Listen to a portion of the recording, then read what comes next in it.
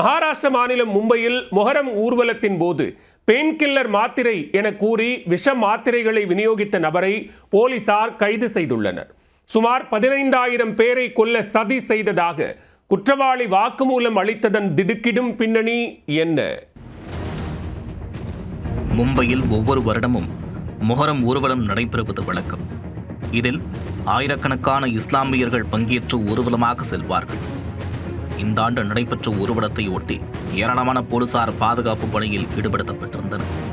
அதிகாலை 4 மணியளவில் சல்மான் என்கிற நபர் திடீரென வாந்தி மற்றும் கடுமையான வயிற்று வலியால் பாதிக்கப்பட்டு உடல்நலக்குறைவு அடைந்தார்.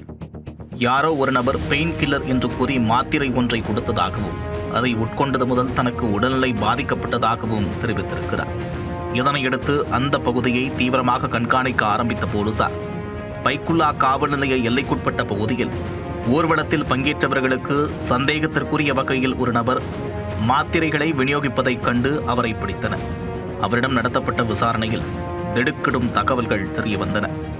மாத்திரைகளை பெயின் கில்லர் என்று பொய் கூறி விநியோகம் செய்து பெருமளவிலான உயிர் சேதத்தை ஏற்படுத்த சதி செய்ததை அவர் ஒப்புக்கொண்டுள்ளார்.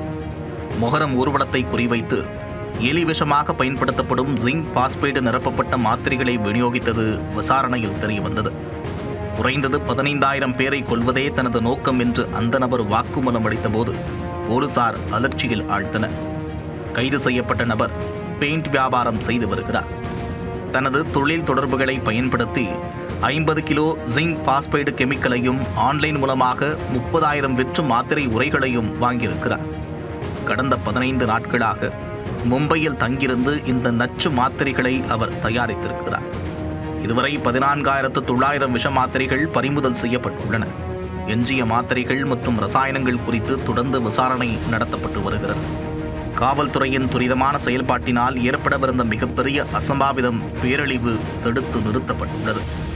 கைது செய்யப்பட்ட நபரின் வெளிநாட்டு பயண பின்னணி குறித்தும் இந்த சதி திட்டத்தில் மும்பையில் வேறு யாருக்கேனும் தொடர்பு உள்ளதா என்பது குறித்தும் போலீசார் விசாரித்து வருகின்றனர்.